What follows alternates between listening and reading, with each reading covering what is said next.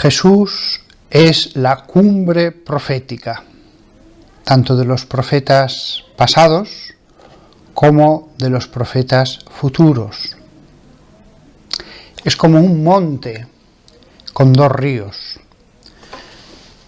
Jesucristo es ese monte del que parten todos los ríos del pasado y todos los ríos del futuro, los ríos proféticos, los del Antiguo Testamento y los del Nuevo Testamento.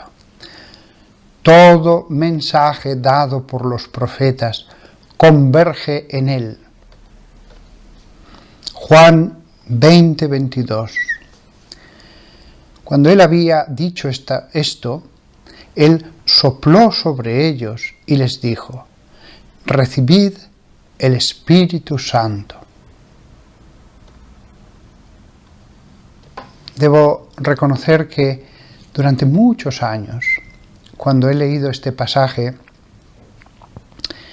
siempre he pensado en esta recepción del Espíritu Santo en relación a los milagros. Pero también tiene una lectura profética sobre los apóstoles. El hálito santo les otorgó no solo el ser, digámoslo así, los primeros obispos, en realidad son una figura única muy por encima de los obispos, pero no solo el ser autoridad, no solo un aspecto jerárquico, sino también un aspecto profético. En el caso de los 12, sí. Juan 7:39. Ahora, él dijo esto sobre el Espíritu, que los creyentes en él iban a recibir, porque hasta entonces no estaba el Espíritu, no había el Espíritu, porque Jesús todavía no había sido glorificado. Hasta ese momento, el Espíritu no estaba. Tendemos a pensar, cuando vemos una película del Antiguo Testamento o cuando vemos una sinagoga, que es como una iglesia, solo que sin sacramentos. Pero no. La iglesia donde están los creyentes en Jesús reunidos es algo sustancialmente diverso a una sinagoga. Es cierto que los creyentes del Antiguo Testamento se reunían convocados por el Espíritu para adorar a Dios. Sin embargo, es distinto cuando esa convocación, esa llamada, no solamente es para escuchar la palabra, sino una palabra que va mucho más al centro del alma, una palabra que eleva mucho más hacia las alturas y además unida al bautismo, al misterio sagrado que transforma, no solo que perdona, también, pero si nos perdonara, pero fuéramos como siempre, volveríamos a mancharnos. Nos lavamos, pero volvemos a ser como siempre, nos manchamos enseguida. No, nos lava, pero nos transforma. Es cierto, en la Europa del siglo XXI, que la mayor parte de los que se llaman cristianos viven como paganos. Pero si se colocan ante la acción de Dios, si reavivan la gracia del sacramento, si comienzan una vida de oración, de meditación de la palabra, el Espíritu Santo actuará y ocurrirá la transformación espiritual.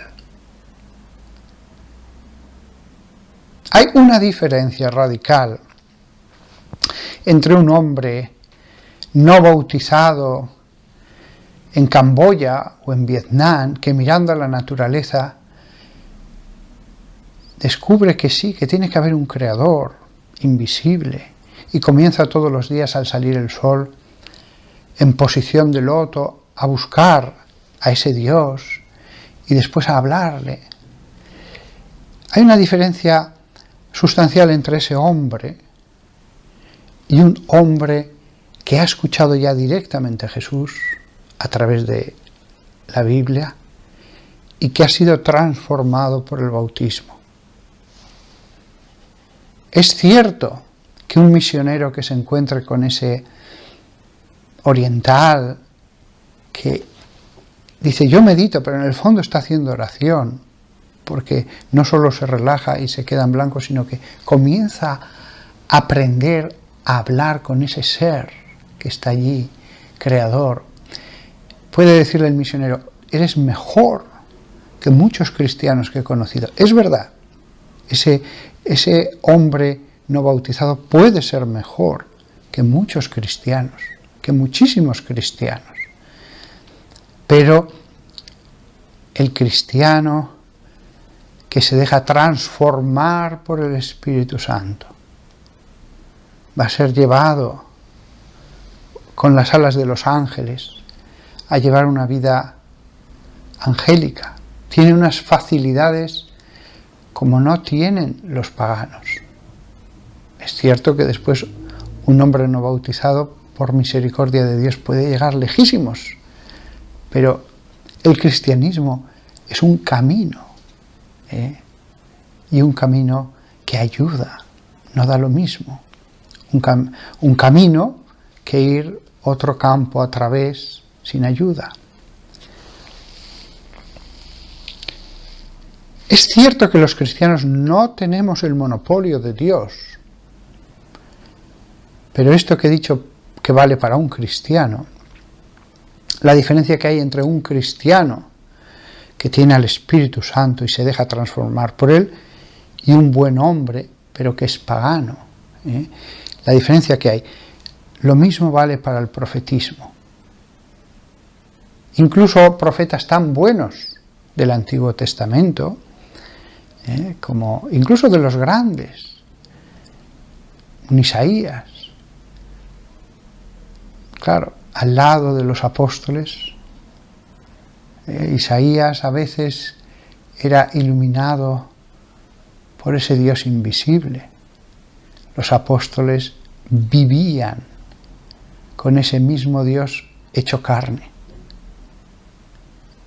Hablar con Él ya era como una revelación.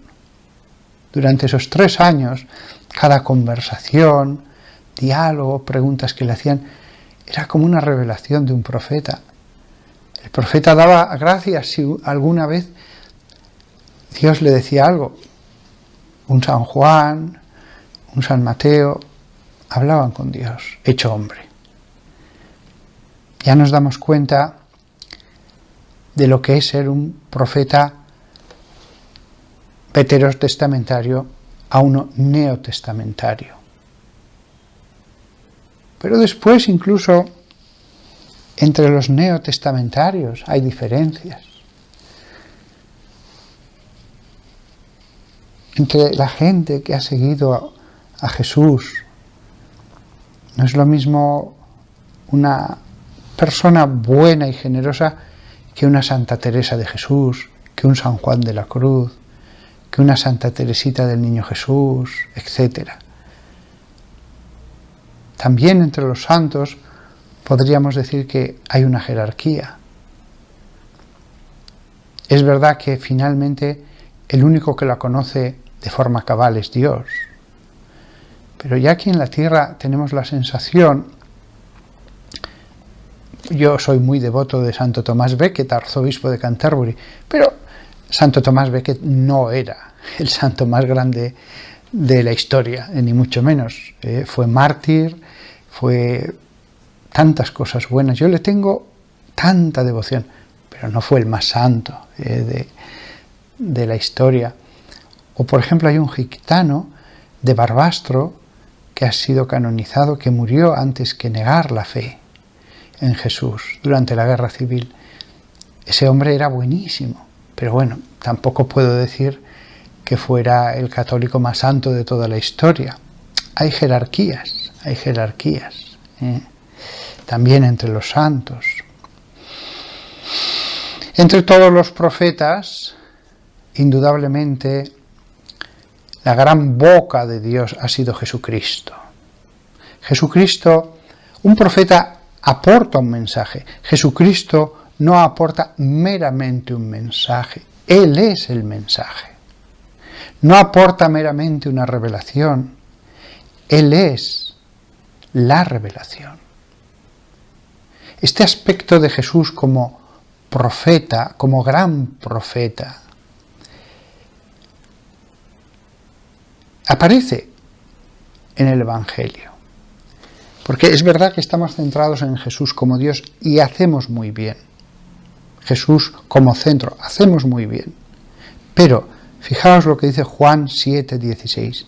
Mi doctrina, didaché en griego, mi doctrina no es mía, sino del que me ha enviado. Juan 8:38. Lo que he visto al lado del Padre, hablo. Parato patri, al lado del Padre. Lo que he visto al lado del Padre, lo hablo. Juan 14:24. La palabra, logos, que escucháis no es mía, sino del Padre que me ha enviado. Juan 17:14. Yo les he dado tu palabra. Cuando vemos esa sumisión, humildad de un Isaías, de un Daniel, de un Jeremías, de un Ezequiel, de todos los profetas menores, la fidelidad, eso lo hace Jesús también. Jesús trata al Padre no simplemente con cariño, no simplemente con amor, lo trata con un amor de adoración, aun siendo el mismo Dios, aun siendo igual en honor, en dignidad. ¿Cómo es el amor de Jesús al Padre? No es el de un amiguete, no es un, como diciendo, con impertinencia, no. Nadie ganará nunca a Jesús en adoración al Padre. Nadie. Pero no es solo porque se haya encarnado. Es que la segunda persona adora a la primera. Adora a la primera. Por lo tanto, Jesús no solamente se siente disminuido en manifestar eso, sino que además lo recalca. Fijaos cuántos versículos, Mi doctrina no es mía, sino del que me ha enviado. Lo que he visto al lado del Padre, hablo. Jesús, si vemos lo que es un profeta, la misión de un profeta, la naturaleza de un profeta, Jesús es el profeta máximo, el más grande. Él, aun siendo Dios, aun pudiendo decir, hablo por mí mismo, enseño lo que tengo, Él nos enseña la obediencia. Jesús no es inferior al Padre. Jesús no es menos Dios que el Padre. No merece menos honor que el Padre. Y sin embargo, la segunda persona está deseando obedecer a la primera. Y se ha dicho de paso, la primera está deseando hacer lo que quiere el Hijo. Es tanta la identificación que en el fondo algunos han llegado a hablar de una voluntad, aunque en realidad es persona uno y es persona otro. En realidad son dos personas.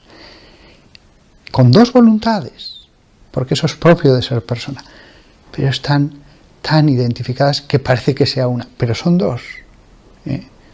Esto que decimos de los dos se puede decir del Espíritu Santo, lo mismo, pero el Espíritu Santo es humilde y en el Evangelio se oculta. Lo suyo es, si Jesús ya da ejemplo de humildad, el Espíritu Santo todavía aparece más velado en el Evangelio. Aún aparece mucho más la segunda persona. Cuando vemos esto es el profetismo. Porque muchas veces los cristianos soberbios desearían ser profetas.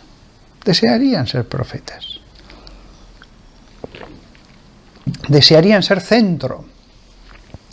Desearían brillar. Justo lo que no hizo el profeta por antonomasia. Justo lo que no hace el Espíritu Santo de los profetas, el Espíritu Santo que ilumina a los profetas, todavía parece más oculto en el Evangelio que el Hijo. Todavía. ¿Quién quiere ser profeta? ¿Quién ambiciona y codicia la profecía? Se puede tener codicia de los carismas, como se puede tener codicia del oro, o de la fama, o del poder. Esto vale también para los demás carismas. Si yo tuviera el poder de hacer milagros. Si yo tuviera el poder de exorcizar con una palabra y salieran ya. Si yo curara. Lo que he dicho para la profecía vale para todo.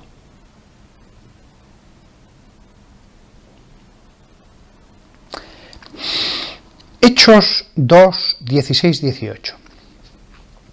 Esto es lo dicho por el profeta Joel, y sucederá en los últimos días, dice Dios, que derramaré mi espíritu sobre toda carne, y profetizarán vuestros hijos e hijas, y vuestros jóvenes verán visiones, y los ancianos vuestros soñarán sueños. Esto es lo dicho. En ese momento de Hechos de los Apóstoles, se da una interpretación autorizada, segura, a un versículo del Antiguo Testamento. Lo que se dice es, esto se está cumpliendo ahora. Eso que se dijo en época de Joel, se cumple ahora. Pero la Iglesia acoge la profecía y la interpreta. Ha interpretado aquí la profecía de Joel. Ahora se ha cumplido. Pero lo mismo pasa con todas. La Iglesia del Nuevo Testamento acoge todas las profecías del Nuevo Testamento y las escucha y las medita y las hace fructificar en el alma del pastor, de los nuevos escribas, de los nuevos maestros, de los fieles. Y las interpreta. Muchas cosas los pastores de las iglesias no sabrán cómo interpretarlas. Algunas están ocultas hasta que llegue el momento. O un pastor en concreto no sabe cómo interpretar algo. Pero otras sí. Y en otras, los pastores dicen con seguridad, la Santísima Trinidad. No le des más vueltas. En otras, la divinidad de Cristo. En otras, el bautismo. Aquí habla de la pasión. Hay momentos en que sí que con autoridad pueden decir, esto sí que se refiere a esto. La Iglesia acoge las profecías, las escucha, las interpreta, y las que vendrán después de que se acabara Hechos de los Apóstoles, después de que muriera el último apóstol, lo mismo. se puede interpretar mal. Si un obispo se puede equivocar, un cardenal se puede equivocar, un papa mientras no hables cátedra se puede equivocar, la Iglesia entera, universal, no se puede equivocar. Lo que la Iglesia ha mantenido a lo largo de todas las épocas, en todas partes, no se puede equivocar. Y eso afecta a pasajes de los profetas.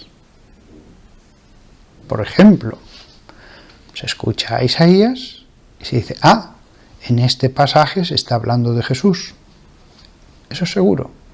Podrán dudarlo los judíos, podrá dudarlo un escritor de libros, un intelectual que se pone a escribir un libro sobre el Antiguo Testamento, pero la Iglesia con autoridad dice, no, aquí habla de Jesús victorioso, aquí de Jesús doliente, aquí del sacrificio en la cruz. La profecía en este orden eclesial, en esta armonía de pastores, maestros, profetas, tuvo a muchos dotados con este carisma. Era algo normal, no lo tenían todos. Por eso se habla de que algunos eran profetas, pero era algo normal. Hechos 11:27. Por aquellos días bajaron de Jerusalén a Antioquía profetas. Hechos 13:1. Había en la iglesia de Antioquía profetas y doctores.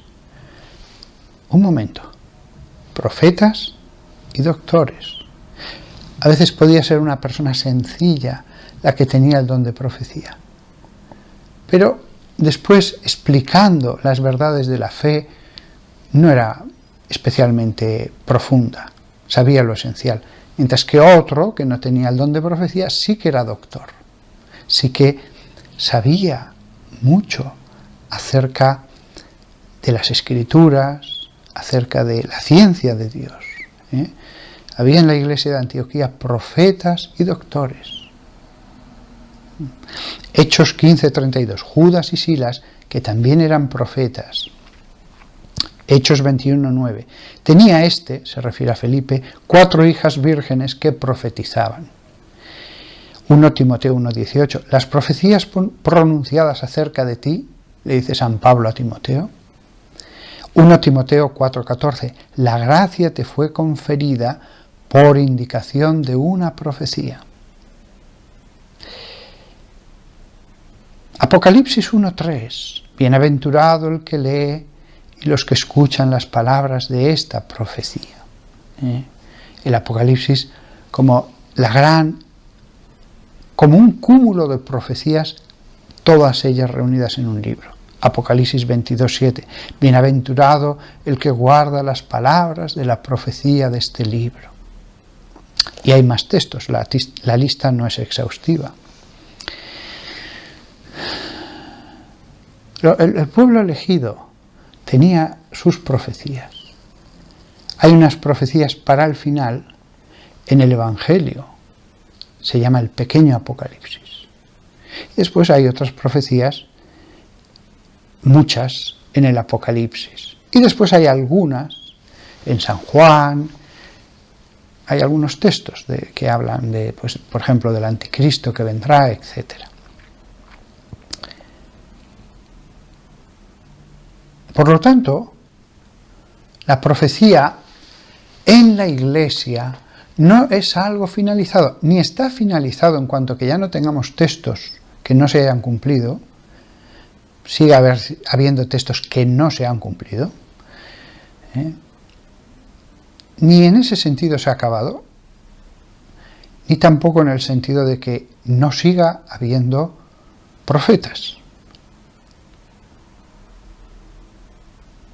Pero hay que reconocer que en la Iglesia Católica, en los años 60 y 70, pues la figura del profeta fue desdibujada totalmente. El profeta era el que denunciaba.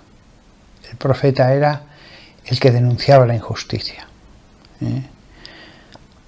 Muchos de los teólogos mezclados sus teorías con marxismo, no creían que existiera la verdadera profecía, solo existía la denuncia. Y entonces ser profeta pasó a ser el que denuncia. Evidentemente, en un sentido bíblico, lo esencial del profeta es el que recibe mensajes de Dios. Los mensajes del futuro siempre es algo presente en el profeta. Los mensajes acerca del futuro es el sello por el que sabemos que Dios le habla. Cualquiera, hasta el loco, puede decir que Dios le habla. Pero ¿cómo sabemos que es verdad? Porque el profeta dirá algo del futuro y se cumple. Algo concreto.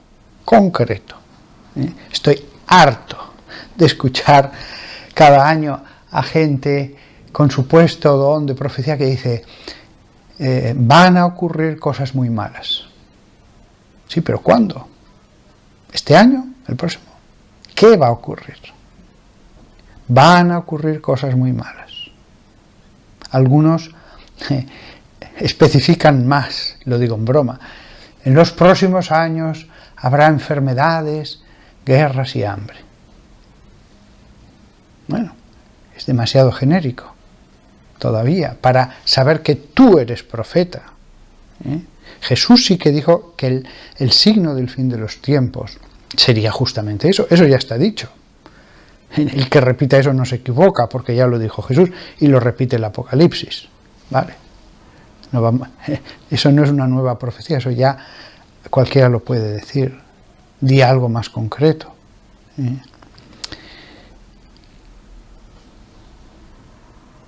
Existe la profecía, que no es denuncia.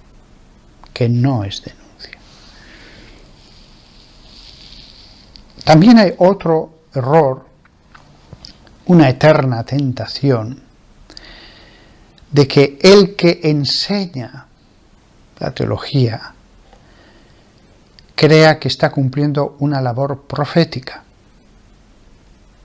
Yo enseño teología en una facultad, escribo libros, en el fondo soy el profeta, un profeta de esta época. No.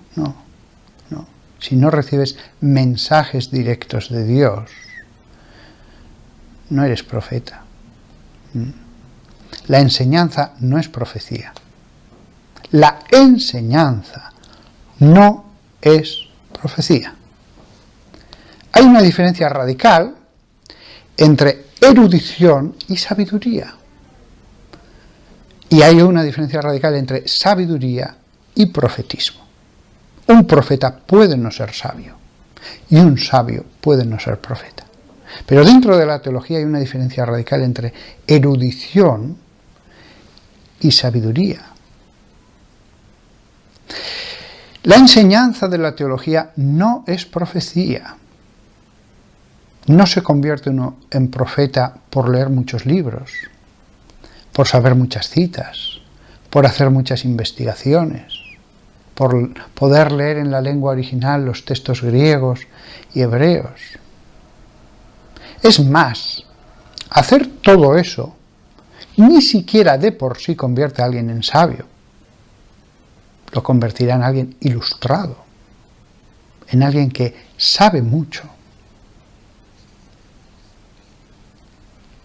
El sabio es otra cosa. El sabio es un pozo en el que encontramos un saber de lo alto, que está lleno de gracia, de unción, de Espíritu Santo. Fijaos, el Espíritu Santo a uno le puede hacer sabio y el mismo Espíritu Santo a otro profeta. A veces puede ocurrir que un sabio sea profeta. A veces ocurrió que un rey fuera sabio y profeta. Es el caso de Salomón. A veces puede ocurrir que sea el sumo sacerdote el que sea un profeta. Pero son cosas distintas y no tienen por qué ir unidas. Y lo mismo en la Iglesia. ¿Ha habido obispos que han sido santos, sabios y profetas?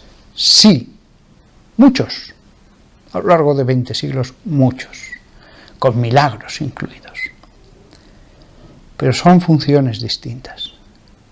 ¿El obispo, por ser obispo, es profeta? No, rotundamente no. Si algo nos enseña el Antiguo Testamento, es la división entre profetismo y sacerdocio. Nunca en la Iglesia, en el Nuevo Testamento, se ha afirmado que las dos cosas vayan juntas. Jesús sí. Jesús era sacerdote, profeta y rey. Fuera de Jesús, o te dedicas al altar y eres sacerdote, o te dedicas a lo civil y eres rey. Pero Dios ha querido separar entre el trono y el altar. Están separados, no están unidos.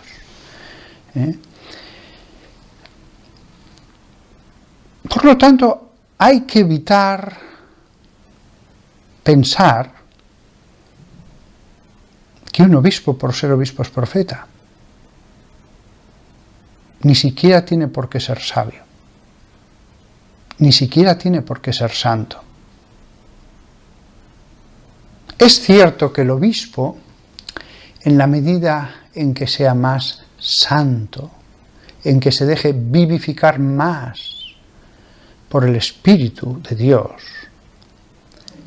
el Espíritu de Jesús que Él envió en su ascensión, siendo obispo va a tener una inmensa facilidad para serlo. También el presbítero, también.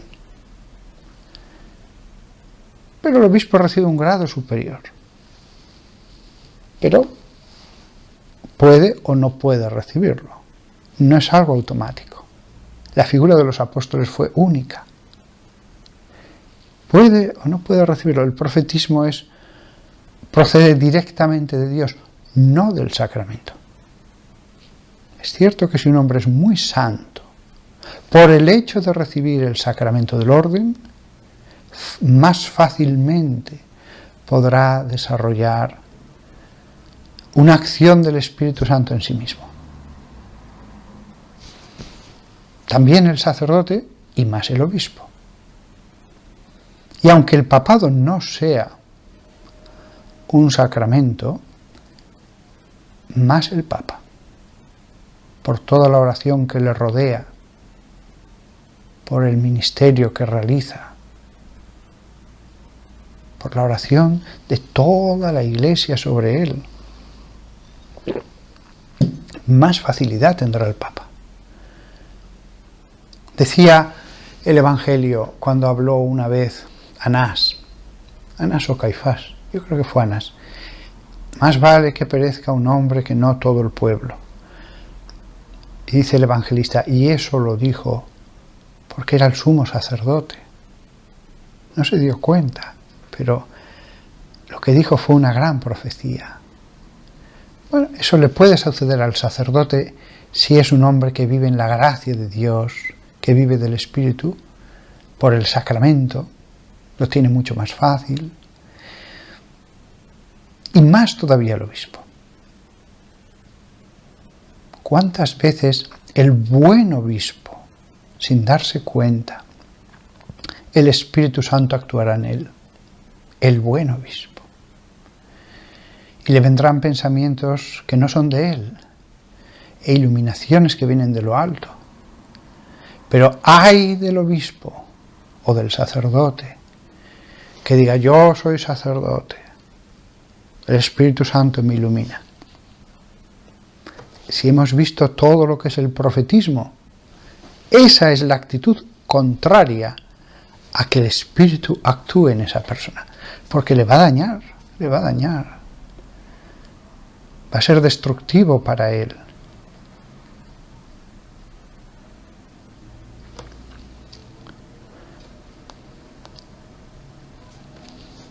Últimas palabras antes de acabar y abundando en esto. Después de todo lo que he dicho, de lo que hemos escuchado de las Escrituras, alguien podría afirmar con orgullo, con soberbia, con altivez: yo soy taumaturgo. Taumaturgo es una palabra poco usada, el que hace milagros. Yo soy taumaturgo, sabio y santo. ¿Quién podría decir eso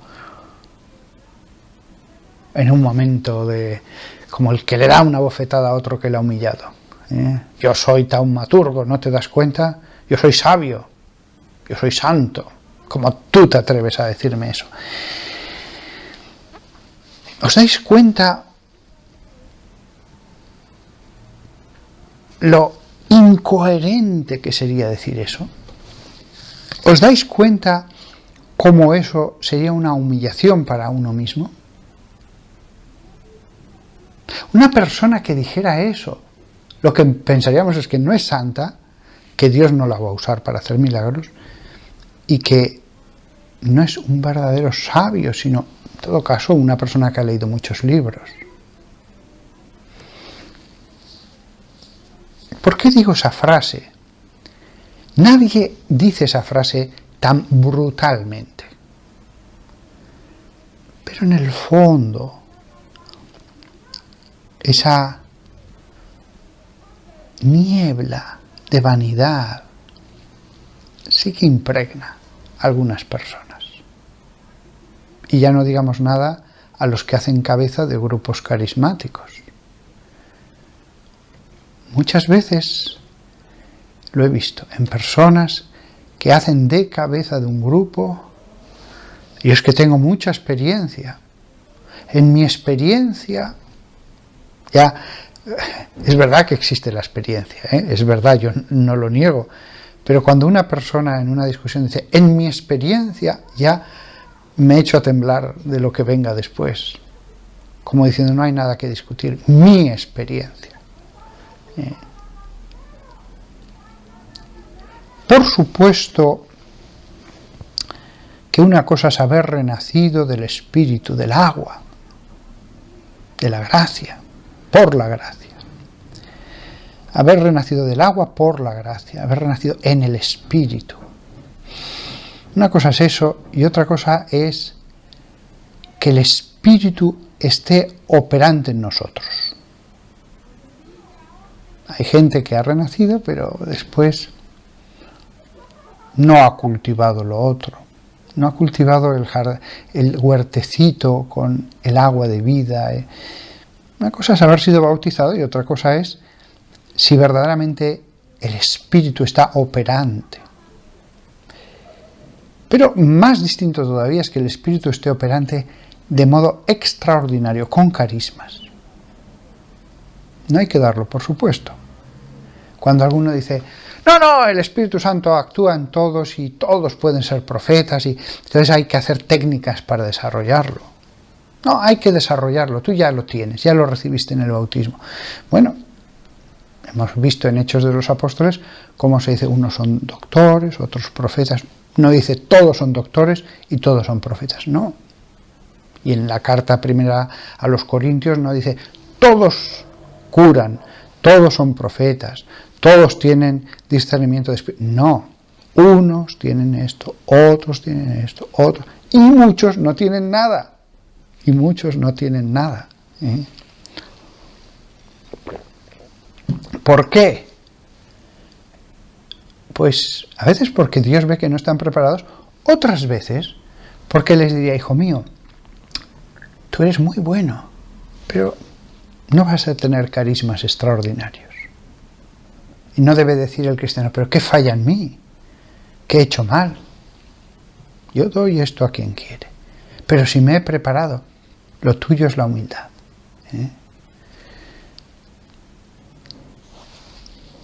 No debemos pensar que todos son profetas porque al haber recibido el bautismo ya les convierte profetas a todos. Y esto sacerdotes y obispos también deben pensarlo.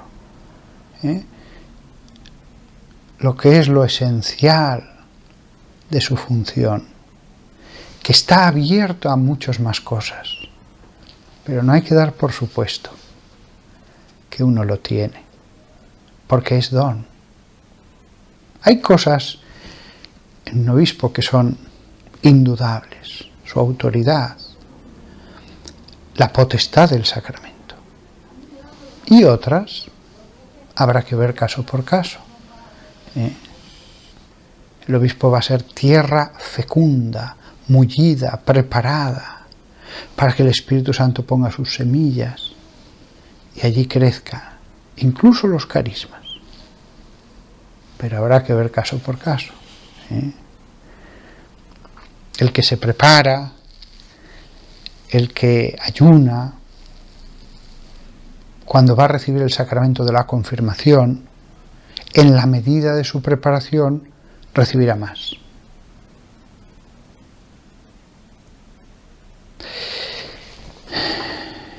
Hay un sacramento, que es el sacramento de la confirmación, sacramento que es como otro Pentecostés,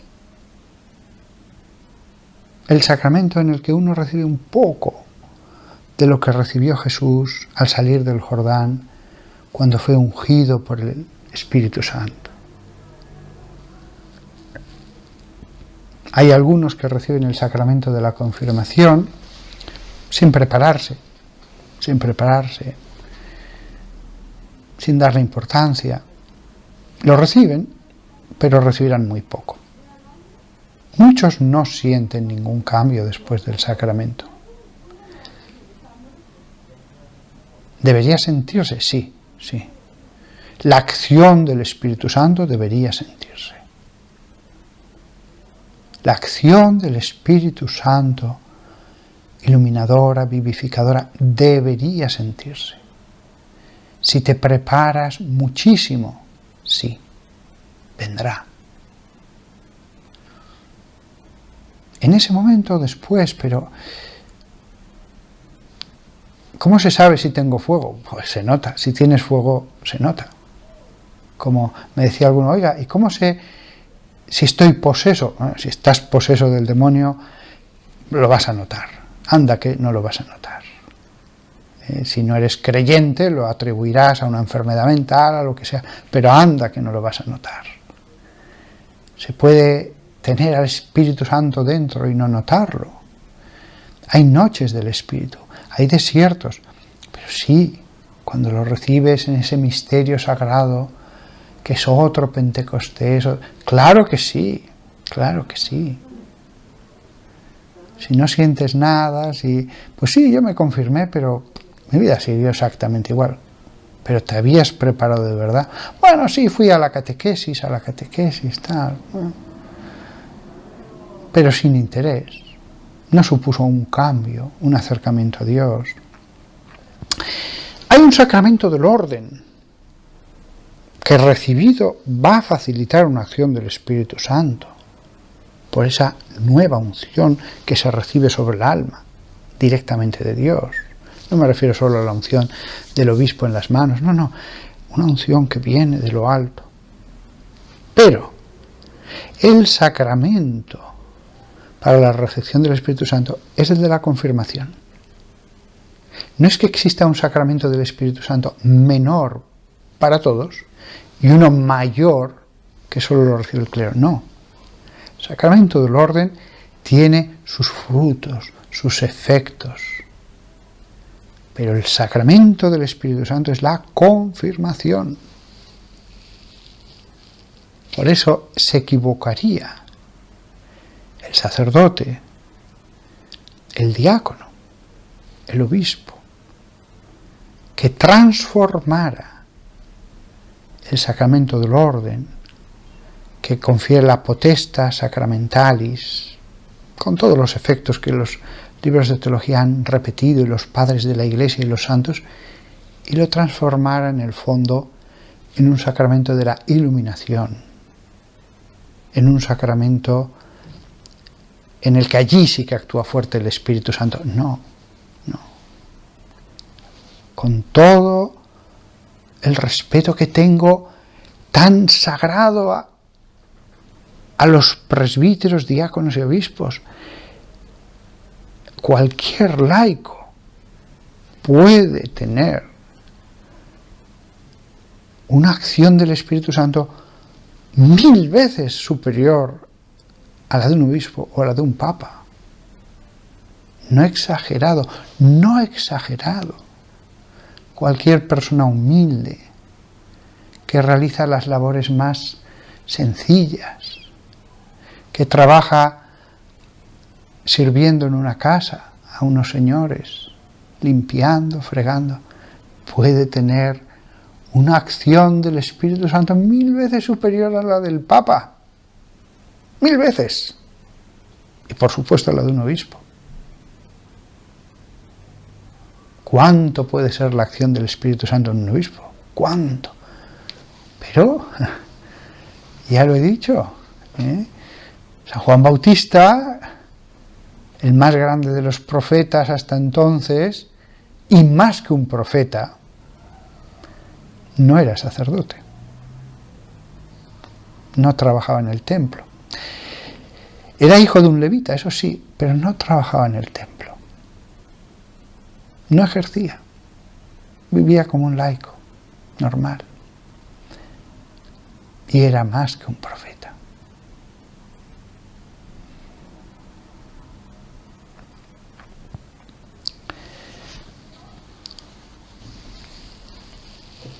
Una cosa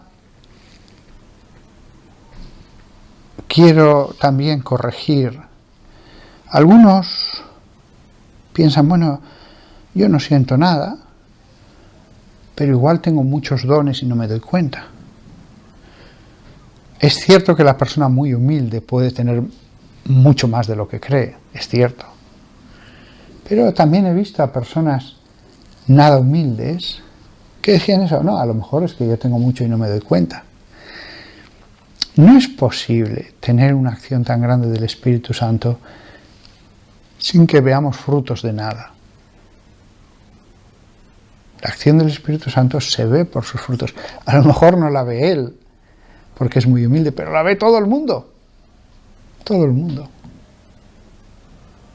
Todos los que están alrededor de él.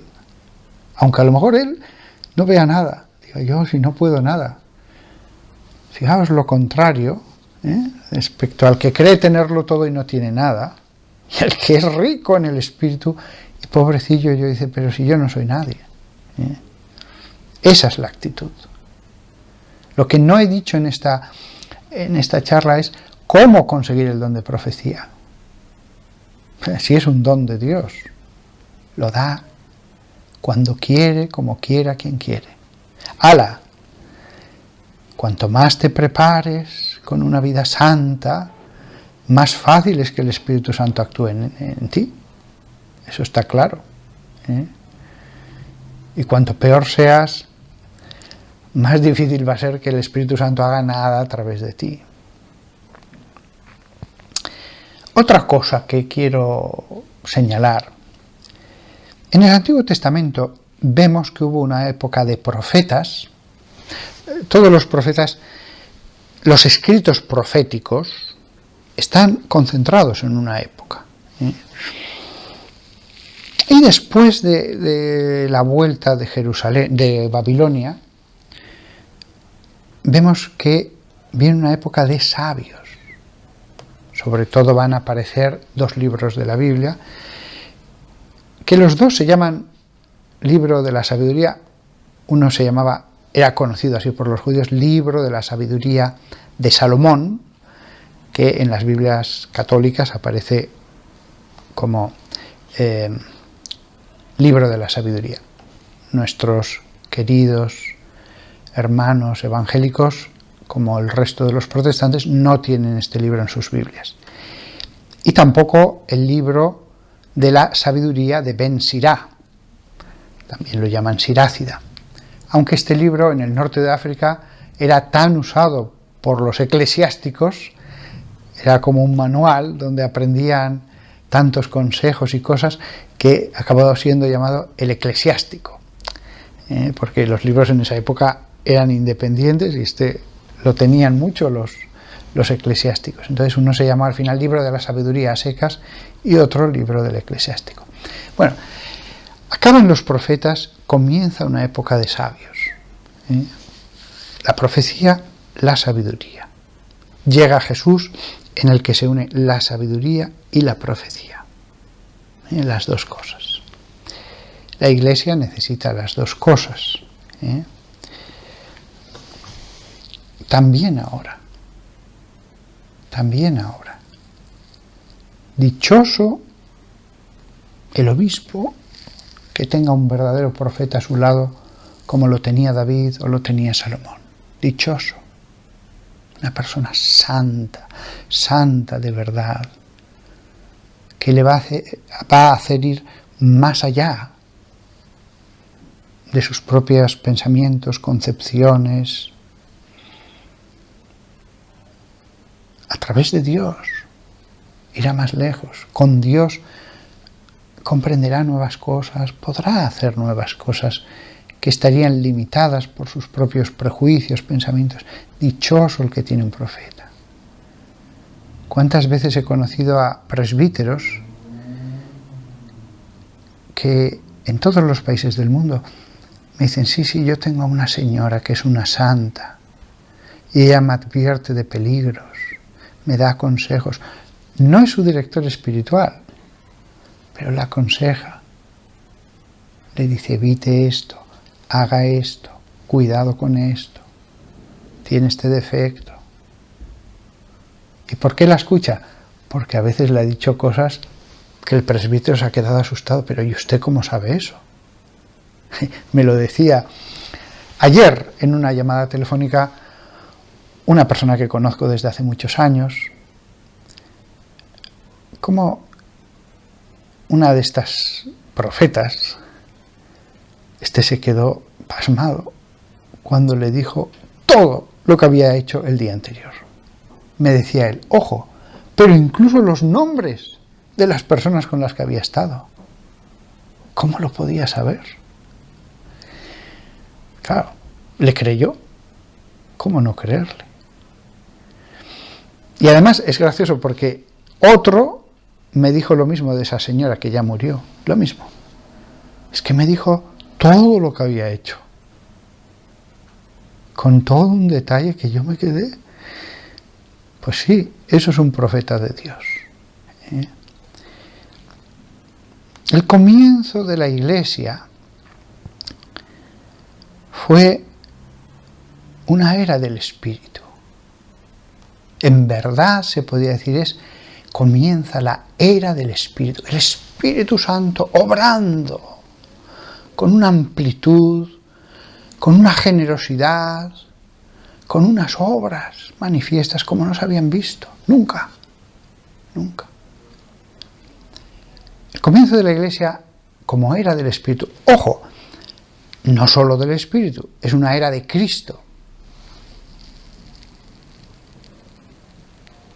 También se puede ver al Espíritu Santo con una expresión que se usa en el Nuevo Testamento también. El Espíritu de Jesús, la usa San Pablo. ¿Cómo llama al Espíritu Santo? El Espíritu de Jesús. El Espíritu que proviene de Él, de la segunda persona. El Espíritu que es de Él, como su más preciado amor. Cuando nosotros queremos seguir a Jesús, sus enseñanzas, hacer lo que Él nos ha mandado, vayamos más al Espíritu Santo, tengámoslo más presente, invoquémoslo más. Muchos cristianos se olvidan un poco del Espíritu Santo. Bueno, no pasa nada. Jesús, con que se acerquen a Jesús es importante. Pero las palabras de la Biblia nos animan a tener en cuenta a la tercera persona. Y tenemos que ser respetuosos, por lo tanto, con la acción del Espíritu. ¿Cuántas veces, incluso de sacerdotes, he escuchado tantas bromas que oyen en una conversación que alguien ha tenido algo místico, una visión, lo que sea. Lo que necesita es comer un poco más. Lo que necesita es ayunar menos y alimentarse mejor. Reza tanto que al final ve cosas extraordinarias por todas partes. Sí, existe una tendencia a burlarse, a decir, o a decir, bueno, pero eso no tiene ninguna importancia. Bueno, que Dios hable a través de alguien sí que tiene su importancia. Creemos en la palabra de Dios, pero hay acciones directas de Dios, ahora, incluso en mi vida, en la vida de todo eclesiástico, de todo pastor, evangélico, católico y ortodoxo. Todo aquel que se entrega al 100% a seguir a Jesús, a predicar su palabra, va a haber acciones directas, avisos directos, directamente a la persona o a través de otro, pero que yo, Dios, te digo a ti esto. Tienes la escritura, sí, pero te digo esto. O te lo hago entender de un modo directo en el interior de tu alma, sin necesidad de ninguna visión. La acción directa del Espíritu enviado por Jesús en nuestra época. Personal, en una comunidad que tenga la suerte, sobre todo, de tener estas bocas de Dios, aunque a veces ellas no digan nada a la comunidad, todo se lo diga al párroco y el párroco es el que después hace todo, o en la Iglesia Universal. ¿Cuántas cosas se le habrán dicho a alguien que al final han puesto en marcha un concilio o lo que sea? La acción directa de Dios. Hay que respetarla. Es más, con esto voy a acabar. Yo que he animado a no tener codicia de los carismas, no tener ambición de lo extraordinario, a la comunidad sí, a la iglesia sí, que haya muchos carismas, Señor, y los más bellos, y los... Sí, pero no para mí, que yo no soy nada. Yo que he animado a eso, sí que podemos pedir la acción del Espíritu de Jesús en nosotros, de un modo no extraordinario. Es decir, vamos un ratito a hacer oración, por ejemplo, leyendo un salmo, meditando, pedir al Espíritu Santo que penetre en nosotros, que nos inspire, que nos unja, aunque eso es más, porque eso es algo más permanente, el sentido de la unción es más. Señor, que salga de este rato de oración transformado, lleno de entusiasmo, de vigor. Eso sí, eso lo podéis pedir, lo que no es extraordinario. Señor, dame un dolor de mis pecados, que me sienta como el publicano. Embriágame con tu alegría. Hazme entender este versículo. Señor, ¿cómo puedo hacer que lo que he leído hoy lo ponga en práctica en este día o mañana? Se va uno a dormir. Señor, me duermo pensando en ti. Visítame en mis sueños. He oído a algunas personas como me han dicho, mire padre, tuve un sueño que tenía que venir de Dios, porque me levanté tan feliz, tan contento por eso que había visto en el sueño. Me dio tanto consuelo. Aunque curiosamente no se suele ver a Dios, no, son otras cosas. Eso sí, pedidlo. Pedid todas las noches que os visite el Espíritu de Jesús, el santo hálito que viene del trono de Dios. Pedidlo. Claro, pero eso requiere preparación, requiere orar antes de acostarse, cuando uno se mete en la cama, estar en presencia de Dios y dormirse mientras estamos en ese diálogo, dormirse adorando a Dios, diciéndole que le amamos, que así es más fácil. Sí, Él da cuando quiere y como quiere un sueño, pero si haces eso, es mucho más fácil que te suceda, ¿eh? Es más fácil. Por lo tanto, sí, hay unas cosas que debemos evitar, porque no somos nada. Somos nada, perdón. Y hay otras cosas que como niños golosos podemos lanzarnos a un banquete a comer cuanto más podamos. Porque es el banquete de Dios. Porque todos los alimentos que hay allí son buenos y beneficiosos y medicinales y nos llenan de fuerza. Hay un banquete del Espíritu Santo que sí, sed glotones, alimentaos, cada uno tiene su sabor.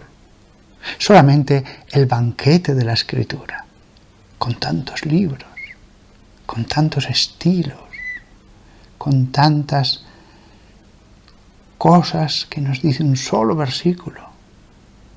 Ya solo allí. ¿Y cuánto puedo tomar de este banquete? Lo que quieras. En cuanto a tiempo, mientras hagas tus trabajos y tus obligaciones familiares, puede haber también, pero lo que quieras y del modo que quieras. Voy a meditar más este trocito, voy a meditar otra vez más este trocito, aunque llevo ya 7 días, pero es que encuentro tanto. La Sagrada Escritura se puede uno adentrar en ella de tantas maneras, uno decir, mira, quiero durante esta semana pedir perdón a Dios con los salmos penitenciales. Quiero hoy dar gracias a Dios con los salmos que dan gracias a Dios. Hoy voy a buscar los himnos de adoración en San Pablo, que hay varios. Hoy hay tantas formas de adentrarse en la Escritura. Ese es el modo de que si Dios quiere sacar un profeta, lo saque de alguien que es su amigo, que está con él, que lo conoce. Ese es el modo. Cuanto más amemos a Dios, cuanto más le adoremos, cuanto más le sirvamos, más fácil es que se conceda un carisma. Lo da quien quiere. Bueno, sí, es verdad. Pero los grandes carismas los suele dar más a sus amigos.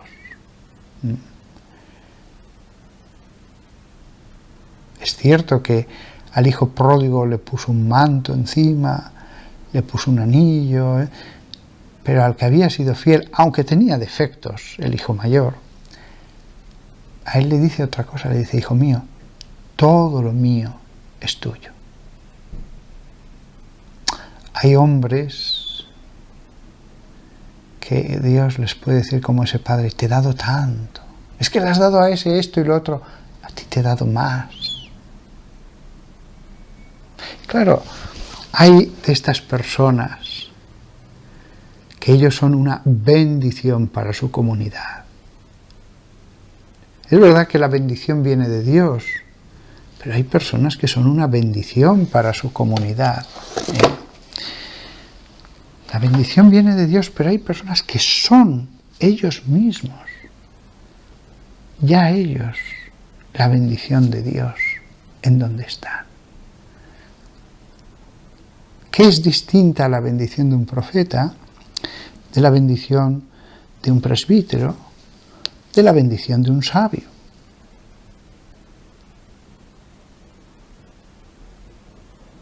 Lo que no podemos es ser ambiciosos. Bendición sí, recibámosla. Ambiciosos no. Y la ambición de los carismas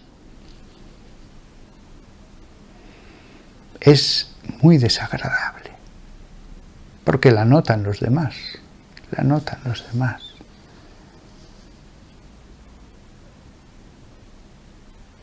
Tenemos que hacernos como niños, tenemos que entender, he venido a servir, tenemos que ser como el publicano en el último lugar, ovejas que siguen al pastor.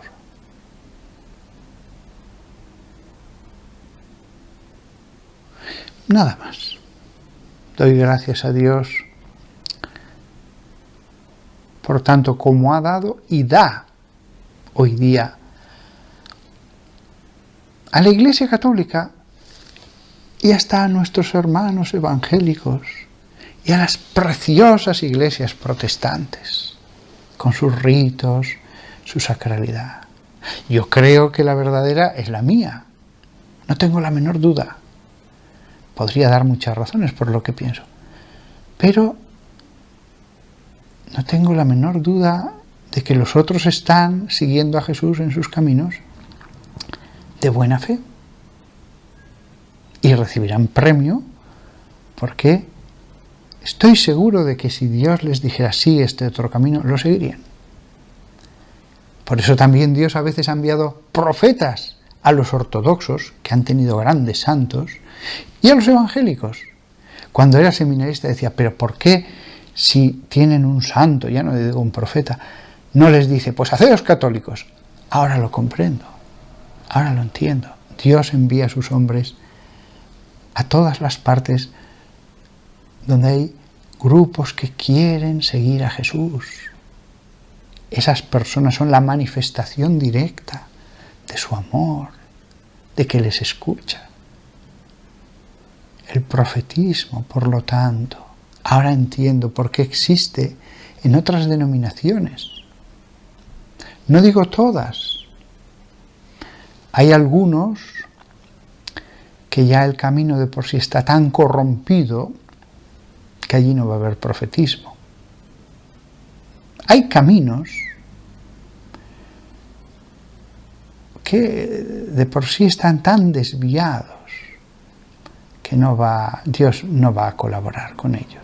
Ayudará a las personas individualmente, porque todos son siervos que quieren servirle, pero hay caminos que ya están totalmente desviados. La persona será buena por su relación directa con Dios, pero no por las falsas enseñanzas de ese culto, de esa secta, de esa doctrina ya totalmente humana. Pero afortunadamente esos grupos tan malos son minoritarios. Sin embargo, los buenos siervos de Dios son más abundantes de lo que pensamos. Como sacerdote se me ha concedido poder asomarme a tantas almas tan bellas, tan queridas de Dios. No despreciemos, no despreciemos. Hay que ver lo bueno. Incluso en esta época en que en Europa el cristianismo retrocede y retrocede, pero hay tanto bueno, tantas personas que son ángeles. Debemos esforzarnos en fijarnos en lo bueno, no siempre en lo malo. Y el profetismo es una de esas cosas buenas. Nada más. Acabo con una brevísima oración. Señor Jesús, tú que enviaste al Espíritu Santo, tú que has suscitado y suscitas profetas, columnas de hierro, hombres que son como ciudades fortificadas, hombres que son luz, tus portavoces, ángeles que tienen comunicaciones directas con el trono de Dios. Jesús, que yo entienda al ver esa cosa tan grande que yo puedo en la oración ponerme delante de tu trono. No tendré visiones, no tendré locuciones interiores, pero me puedo poner delante del trono de Dios y tú te comunicarás conmigo de modos más humildes, no tan extraordinarios. Dame, Señor, dame deseo de orar y que lo ponga por práctica con tu ayuda, porque yo soy débil. Que ore más y mejor. Amén.